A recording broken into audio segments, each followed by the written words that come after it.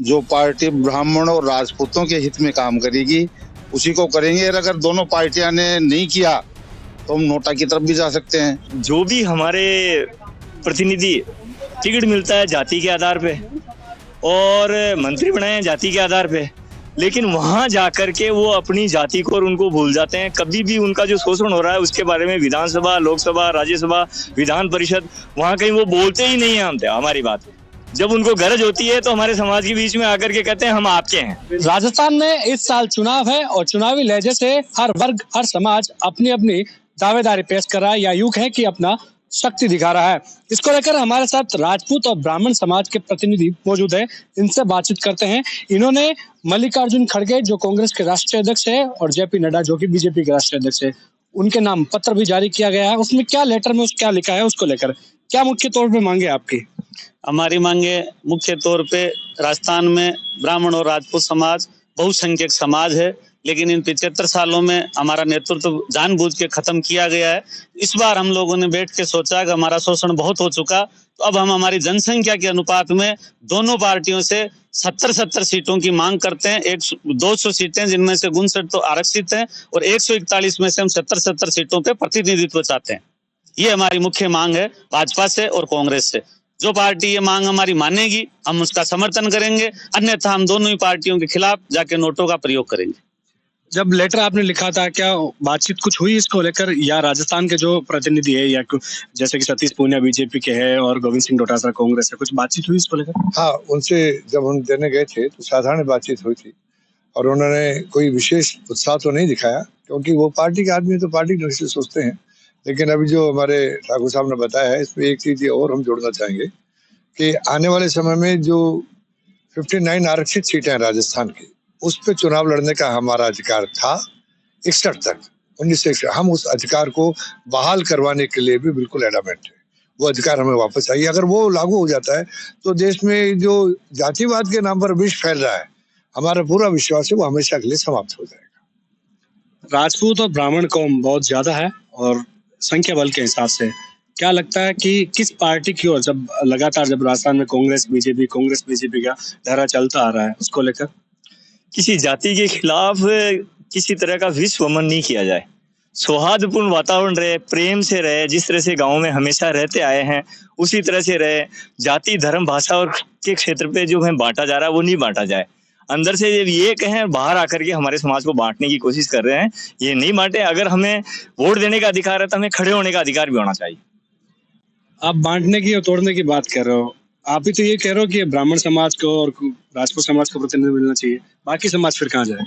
बाकी समाज के लिए हम मना नहीं कर रहे, लेकिन जो दोनों समाजों की 3 पीढ़ियों को बर्बाद किया गया है, जानबूझकर या बर्बाद हो गई हैं, तो हम हमारा हक वापस चाहते हैं। हमारी किसी से कोई नफरत नहीं, हम नफरत किसी से करते भी नहीं। शुरू से हम एक तरह से दोनों ही समाजों ने, आप ये मानिए कि भारत को बनाने वाले ही दोनों ही समाज है, जो सभी जातियों को साथ लेकर के चले। श्रम विभाजन के तौर पे एक एक जाति को हमने हमेशा साथ रखा है। अब हमारी प्रमुख डिमांड ये भी है कि हमें 5-5 साल में क्रमशः ब्राह्मण और राजपूत मुख्यमंत्री भी दिया जाए, तो हमारा सोचना है कि ये सारी जो चीजें हैं ये काफी सॉल्व हो जाएंगी। जिस तरह की आप अभी बात कर रहे हैं, ये जो गिरावट आई है, नैतिक गिरावट आई है, वो भी हमारा सोच है कि काफी हद तक सुलझ जाएंगी।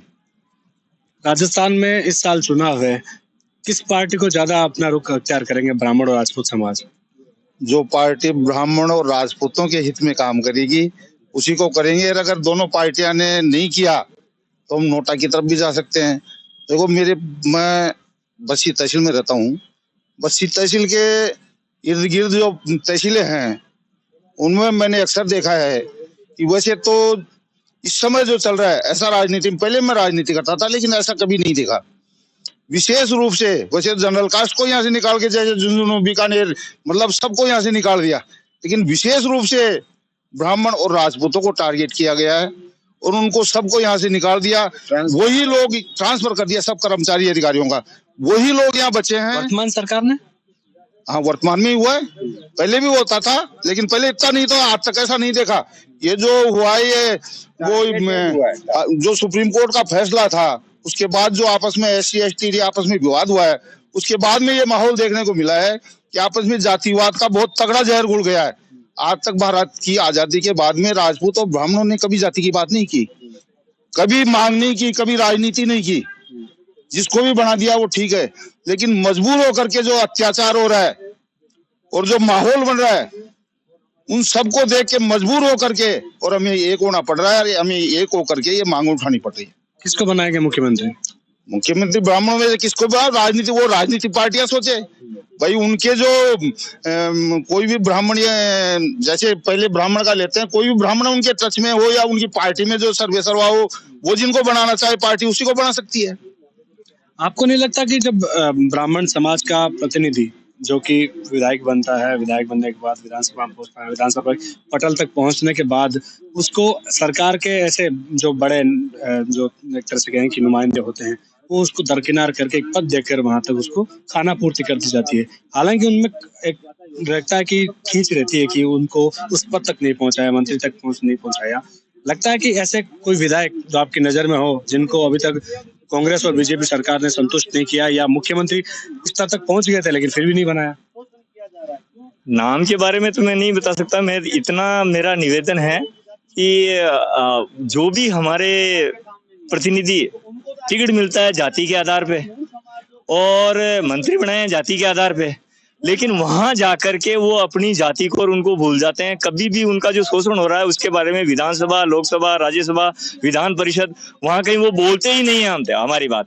जब उनको गरज होती है तो हमारे समाज के बीच में आकर के कहते हैं हम आपके हैं, और वहां जाने के बाद में वो इस बारे में कभी कुछ नहीं बोलते हैं।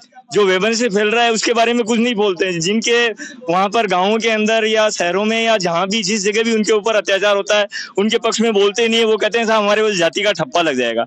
लेकिन कुछ जातियां हैं जो उनको जाति की कोई परवाह नहीं, वो जाकर के बोलते हैं कि हम पहले जात के हैं, और जो जात का है वो अपने बाप का है, जो अपने बाप का है वो राष्ट्र का है, इस तरह से बोलते हैं।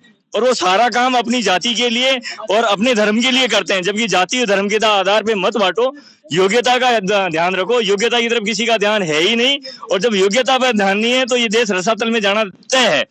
और जब योग्यताओं का आप अगर उनकी पर तरफ ध्यान नहीं देंगे तो योग्यता यहाँ से बाहर जा रही है, बाहर विदेश के अंदर उसका उपयोग हो रहा है। हमारे इस देश में किसी भी चीज की कमी नहीं है, कमी है तो व्यवस्था की कमी है, और व्यवस्था ये लोग सुधारना चाहते ही नहीं है। ये हमारा उपयोग करते हैं, यूज एंड थ्रो वाला हिसाब किताब करते हैं, हमें आपस में लड़ाने का काम करते हैं, इसके अलावा और कुछ नहीं करते हैं ये लोग बाग। ये अपना उल्लू सीधा कर रहे हैं, अपने काम घर भर रहे हैं। इनके स्थिति देखो, राजनीति में आने के पहले इनकी क्या स्थितियां थी और राजनीति में आने के बाद में इनके पास में कितना पद, पैसा और प्रतिष्ठा कितना बढ़ जाता है। क्यों बढ़ जाता है? कौन सी मेहनत करते हैं, कौन सा व्यापार करते हैं ये लोग बाग? मेहनत करने वाले तो यूं के यूं धरे के धरे रह जाते हैं। और इनके स्थितियां देखो, इनके बच्चे कहाँ पढ़ते हैं वो देखो, गांव की स्कूलों की हालत देखो। जो अध्यापक बनने वाले हैं वो बन नहीं पाते हैं, हमेशा ये पेपर लीक होते हैं। क्यों हो रहे हैं? क्या इनको दर्द है? कहाँ दिखावे के हैं ये? कुल मिला के मुखड़े के पीछे मुखड़े छिपे हुए हैं। जनता के अंदर बहुत ज्यादा दर्द है इनके प्रति।